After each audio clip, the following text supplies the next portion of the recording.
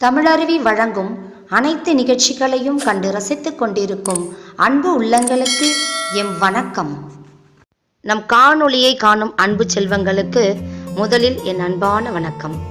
மேலும் நமது காணொளிகளை நீங்கள் காண்பது இதுதான் முதல் முறை என்றால் உடனே லைக் மற்றும் சப்ஸ்கிரைப் செய்து உங்கள் நண்பர்களுக்கும் பகிர்ந்து தமிழ் காக்க உதவுங்கள். வாருங்கள் தலைப்புக்குள் செல்லலாம். நம்ம சேனலை பார்த்து கொண்டிருக்கும் அனைவருக்கும் தமிழாசிரியை அம்பிகாவின் அன்பான வணக்கம். இன்னைக்கு நம்ம பார்க்க போகிற பகுதி புயலிலே ஒரு தோணி. ஆசிரியர் பா. சிங்காரம். இயற்கையின் அசைவுகள் எல்லாம் அழகிய நாட்டியமாக இருக்கும்போது இனிமையும் மகிழ்வும் ஒருங்கே நமக்கு கிடைக்கிறது. அதே இயற்கையின் அசைவு ஒரு சீற்றமாக ஊழி தாண்டவமாக மாறும்போது நம்மால் அதன் முன் எதிர்நிற்க முடியாமல் தோற்று போகிறோம். சுற்றியுள்ள இயற்கை நம்மை சுருட்டி செல்ல எத்தனிக்கும் போது, அதாவது நினைக்கும் போது, புயலின் பெரும் காட்சி நம்முடைய அந்த உயிரையே உறைய வைப்பது போல இருக்கிறது. அதில் நடக்கும் அறிவு, அதாவது நாம் பட்டு அறிந்து கொள்ளும் அறிவு அனைவருக்கும் பயன்படும் ஒரு இலக்கியமாக, கதையாக, நெடும் கதை. இந்த கதை சில பக்கங்கள் மிக அழகாக புயலின் சீற்றத்தை நம் கண்முன் மிக அழகாக விரித்து உரைக்கின்றன. புயல் மழை தெரிக்கும் அந்த காட்சி இதோ கதை, பாருங்கள். 19ஆம் நூற்றாண்டின் தொடக்கத்தில் தெற்காசிய நாடுகளில் பல்வேறு நாடுகளைச் சேர்ந்தவர்கள் குடியேறினார்களாம். அப்படி குடியேறிய இனங்களில் தமிழினமும் ஒன்றாக இருந்ததாம். தமிழ் குடிகள் மலேசியா, சிங்கப்பூர், இந்தோனேஷியா நாடுகளில் நெடுங்காலமாக வாழ்ந்து வந்தனராம். நம்முடைய நூலாசிரியர் பா. சிங்காரம் அவர்கள் அப்படி புலம்பெயர்ந்த தமிழர்களில் ஒருவராக இருந்தாராம். அவர் இந்தோனேஷியாவில் மெபின் என்னும் நகரில் இருந்தபோது 2ஆம் உலகப் போர் நிகழ்ந்தது. ஆசிரியர் நேரடியாக கண்ட அனுபவங்களையும் சில கற்பனைகளையும் கலந்துதான் நம்முடைய கதையான புயலிலே ஒரு தோணி எனும் இந்த புதினத்தை நமக்கு கொடுத்திருக்கிறார். கடல் பயணம் நடக்கிறது. அந்த கடல் பயணத்தில் அவள் கண்ட காட்சிகள், அதன் தொடர்ச்சியாக நடைபெறும் நிகழ்வுகள் என்ன என்பதை சித்திரம் வரைவது போல மிக அற்புதமாக அவருடைய வார்த்தை சித்திரத்தால் நமக்கு எடுத்துச் சொல்லியிருக்கிறார் இந்த கதையை. இதை எல்லாம் நீங்கள் விரும்பி கேட்பீர்கள். கொளுத்திக் கொண்டிருந்த வெயில் இமை நேரத்தில் மறைந்து விட்டது. ஒரே புழுக்கம். நம்ம கதையின் நாயகன் பாண்டியன் எழுந்து போய் வானத்தை அண்ணாந்து பார்க்கிறான். வானத்தில் மேகப்பொதிகள் பறந்து திரண்டு இருட்டாக இறுக்கமாக இருக்கின்றன. கடலில் அலைகளை பார்த்தால் எண்ணெய் பூசியவை போல மொழுவென்று நெளிந்தன. காற்றையே காணோம், ஒரே இறுக்கம். எதிர்கோடியில் வானத்தையும் கடலையும் மாறி மாறி பார்த்தவாறு நம்ம தலைமை மாலுமி கிட்ட பரபரப்பாக பேசிக்கொண்டிருந்த மற்ற மாலுமிகள் திடீரென்று பாய்மரத்தை நோக்கி ஓடிச் சென்று கட்டுக்கம்பிகளை இறுக்குகிறார்கள். விவரிக்க முடியாத ஒரு உறுத்தல் ஒவ்வொருவருடைய எண்ணத்திலும் இருக்கிறது. எல்லோரும் எழுந்து ஒருவர் முகத்தை ஒருவர் பார்த்து மிரண்டு விழிக்கிறார்கள். பிறகு என்ன நடந்தது? வானத்தில் கிடுகிடுக்கும் இடி முழக்கத்துடன் மின்னல் கீற்றுக்கள் வானை பிளந்தன, பலார் பலார் என்று. அதே சமயம் மதிப்பிட முடியாத விரைவும் பலுவும் கொண்ட ஏதோ ஒரு மோதல் கப்பலை மோதுகிறது. கப்பலில் இருப்பன, கிடப்பன, நடப்பன எல்லாவற்றையும் அந்த மோதலானது உலுக்குகிறது. திடீரென்று வானம் உடைந்து கொண்டு வெள்ளம் கொட்டோ கொட்டென்று கொட்டுகிறது. சூறாவளி, மழை, காற்று இப்படி மூன்றுமாக கூடி கலந்து ஆடி குதித்து கெக்களிக்கிறது. அலையோட்டம் அங்கே இருப்பதே தெரியவில்லை. வானுடன் கடலானது கலந்து விட்டது. மழை தெரியவில்லை. காற்றும் இணைந்து விட்டது. கப்பல் அப்படியும் இப்படியுமாக விழுந்து திணறி தத்தளிக்கிறது. எலும்புகள் முறிவது போல நொறு நொறு என்ற நொறுங்கல் ஒளி, தலைக்கு மேல் கடல், இருளிருட்டு இருட்டிருட்டு. அங்கே கடல், மழை, புயல், வானம். எங்கிருந்தோ தொங்கிய வடக்கயிற்றை வலக்கையால் பற்றி கிடந்தான் பாண்டியன்.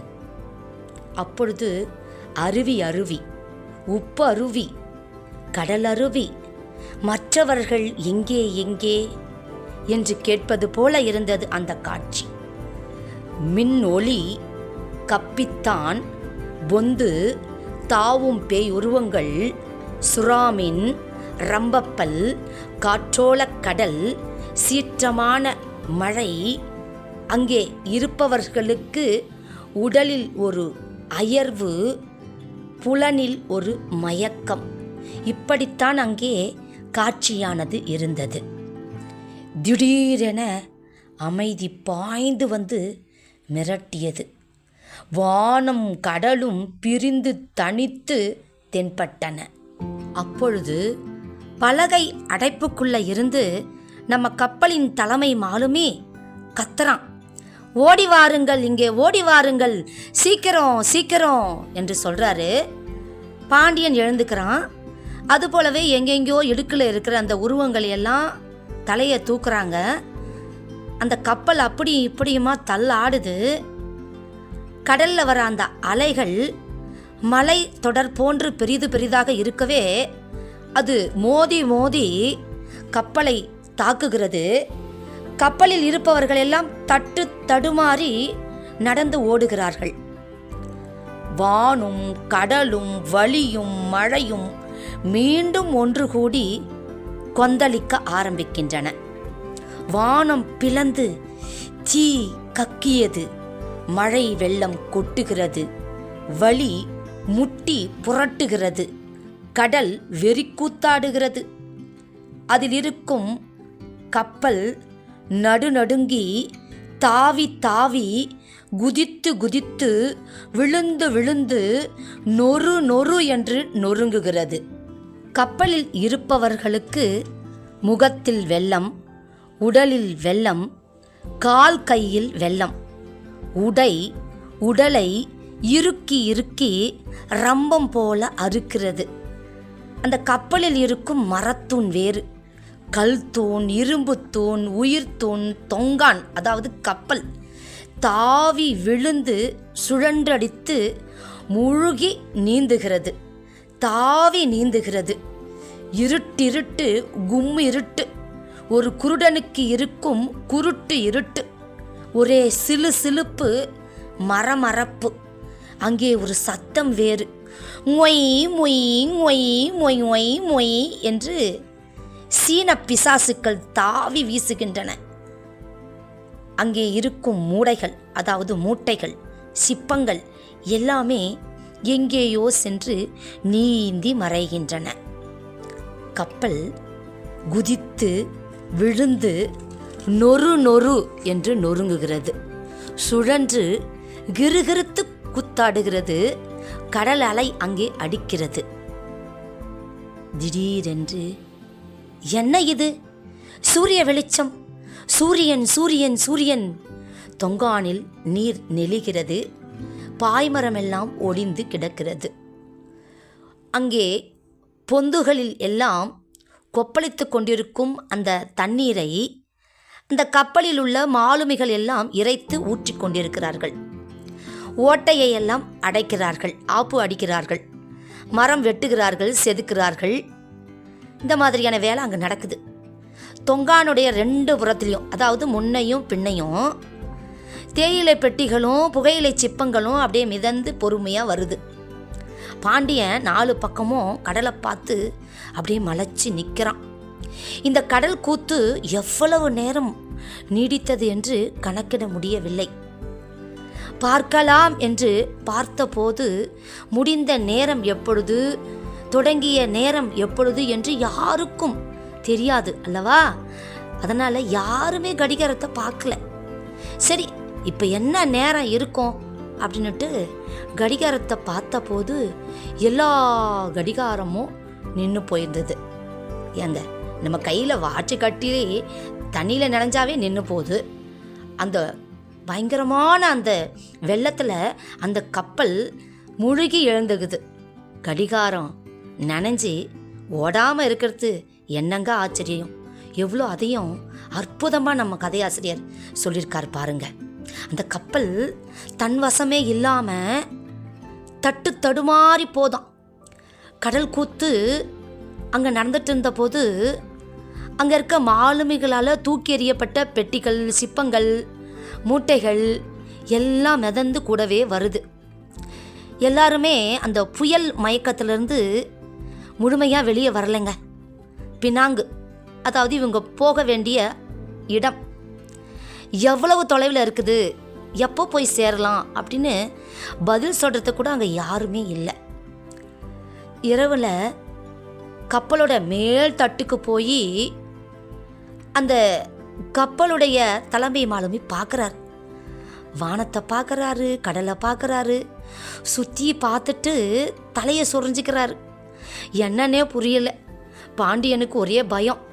பாண்டியன் அந்த அதிகாரியை, அந்த மாலுமியை நெருங்கி போய், என்னங்கய்யா நிலை இப்போ எப்படி இருக்கு, என்ன ஆச்சு அப்படின்னு கேட்கும்போது அந்த தலைமை மாலுமி சொல்கிறாரு, சீனமும் மலாயும் கலந்த மொழியில் சொல்கிறார், இனிமே பயம் இல்லை, 2 நாளில் கரையை பார்த்துடலான்ட்டு. ஆனால் அன்னைக்கு இரவு யாருமே சாப்பிடவே இல்லை, பேசவும் இல்லை. மறுநாள் காலையில் சூரியன் உதித்தான். கடல் அலைகள் ஒன்றன் பின் ஒன்றாய் முந்தியதைத் தொடர்ந்து பிந்தியதாய் வந்த அந்த அலை நம் கப்பலை மோதியது, இடித்தது. லேசாக கப்பல் ஆடியது. பறவை மீன்கள் இருபுறமும், அதாவது கப்பலினுடைய 2 புறமும் கூட்டம் கூட்டமாக பறந்து விளையாடி கொண்டிருக்கின்றன. நம்ம ஆசிரியர் பாருங்க, இந்த நேரத்தில் கடல்ல இருந்து எந்த விதமான ஆபத்தும் இல்லை என்பதை கடல்வாழ் விலங்கான அந்த மீனோட மகிழ்ச்சியிலிருந்து நமக்கு காமிச்சிருக்கிறார். இது மட்டுமாங்க, இன்னும் தொடர்ந்து பாருங்க. நம்ம கப்பல் தொடர்ந்து மிதந்துக்கிட்டு போதான். எப்படி கடலோட நீர் எந்த பக்கம் போதோ அதற்கு ஏற்ற மாதிரி அந்த கப்பலும் மிதந்து கொண்டு செல்கிறதாம். இப்படி பகல் இரவாகி, பகலாகி இரவாகியதாம். அந்த இரவு நேரத்தில் பிறைமதி, அதாவது அரை நிலா வெளிச்சமானது வானத்தில் தெரியுதான். அந்த கருமை நிறமான அந்த வானத்தில் விண்மீன்கள் எல்லாம் அழகாக கண் சிமிட்டி கொண்டு இருக்கிறதாம். பாருங்களேன், நம்மளுடைய நம்பிக்கை என்ன? வானத்தில் நட்சத்திரம் தெரிஞ்சாவே இனி மழை இல்லை. அந்த நம்பிக்கையையும் அழகாக கொண்டு வந்திருக்காருங்க. அதாவது கடலாலும் ஆபத்து இல்லை என்பதை அந்த மீனின் மூலமாகவும், வானத்திலையும் எந்த ஆபத்தும் இல்லைன்றத நட்சத்திரத்தின் மூலமாகவும் எவ்வளோ அழகாக காமிச்சிருக்காரு பாருங்க. உப்பு காற்று உடலை வருடி கொண்டிருக்கிறது. அப்போது அவுளியா மீன்கள் கூட்டம் கூட்டமாக அங்கே வருகின்றதாம். அதையும் நம் ஆசிரியர் விட்டு வைக்கவில்லை. நீ நிறைந்த கண்மாயில் முதுகு தெரிய மூழ்கி நீர்ந்தும் எருமைகள் என முனகல் ஒளியோடு பின்தொடர்ந்தன என்று அந்த மீன்கள் நீந்தி வருவதை இப்படி அழகாக வர்ணித்து சொல்லியிருக்கிறார். என்ன அவருடைய கற்பனை!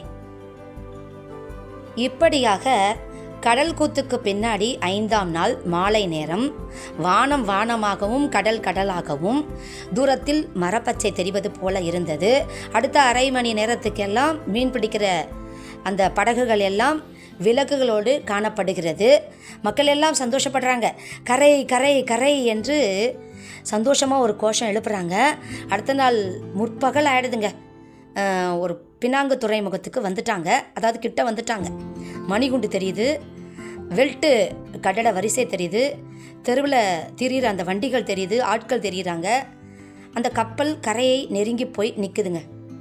தொலைதூரத்தில் கப்பலில் இருக்க கொஞ்சம் பேர் எல்லாம் இந்த கப்பலில் இருக்கவங்கள பார்த்து எங்கேருந்து வரீங்கன்னு கேட்க, இந்த மக்கள் எல்லாம் நாங்கள் பிளவான்ல இருந்து வரோம், பிளவான் என்று சொல்கிறாங்க. பிளவான்னா என்ன தெரியுமாங்க? இந்தோனேஷியாவில் இருக்கிற ஒரு இடங்க. அங்கேருந்து தாங்க இங்கே வந்திருக்கிறாங்க. இடையில எவ்வளோ கஷ்டப்பட்டிருக்காங்க பாருங்க. அங்கே இருக்கிற துடுப்பு படகுல போயிட்டு இறங்கி போய் நடைபாலத்தில் நடந்து போய் இந்த மக்கள் எல்லாரும் சுங்க அலுவலகத்துக்கு போயிட்டு அவங்க பிரயாண சீட்டுகள், அனுமதி சீட்டுகள் எடுத்து காட்டுறாங்க. பாருங்கள் எவ்வளோ கற்பனை பாருங்கள். இந்த நேரத்துலையும் அந்த மழையில் எந்த சீட்டும் நனையாமல் இருக்கான். அவங்க அவ்வளோ பத்திரமா வச்சுருக்காங்களாம். எவ்வளோ அழகாக கதையை கொண்டு வந்திருக்காரு பாருங்கள். இதெல்லாம் சின்ன கற்பனை தானுங்க. உடனே அந்த ஜப்பான் அதிகாரி கேட்குறாராம், நீங்கள்லாம் தமிழர்களா அப்படின்னு கேட்குறாராம்.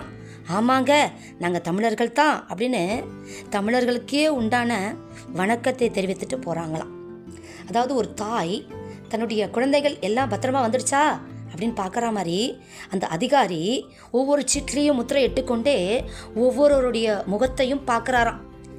எந்த ஆபத்தும் இல்லாமல் எல்லாரும் வந்துட்டாங்களா, எப்படி இருக்காங்க இவங்க அப்படின்ற மாதிரி பார்க்குறாங்க.